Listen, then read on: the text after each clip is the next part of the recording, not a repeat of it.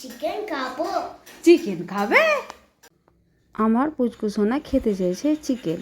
ওর পাপা ছিল অফিসে, আমি বললাম একটু মাটন নিয়ে আসতে।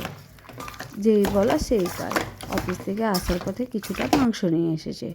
তো আমি সেই মতন তেল, নুন, হলুদ, তেল সমস্ত কিছু দিয়ে মাংসটাকে মাখিয়ে নিলাম। এখানে পেঁয়াজও অ্যাড করেছি। তারপরে গরম কড়াইয়ে তেলটা ছেড়ে দিলাম। তারপরে একটু দিয়ে দিলাম গরম মশলা।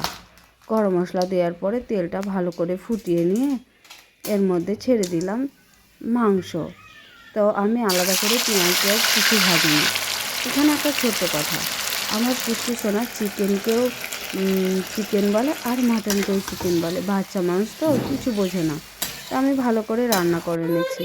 আমার পুচকু সোনা আজকে ভোরবেলায় উঠেছে, যেহেতু মাংস খেতে চেয়েছে, যদি ঘুমিয়ে যায় ওই জন্য তাড়াহুড়ো করে একটু রান্না করছি।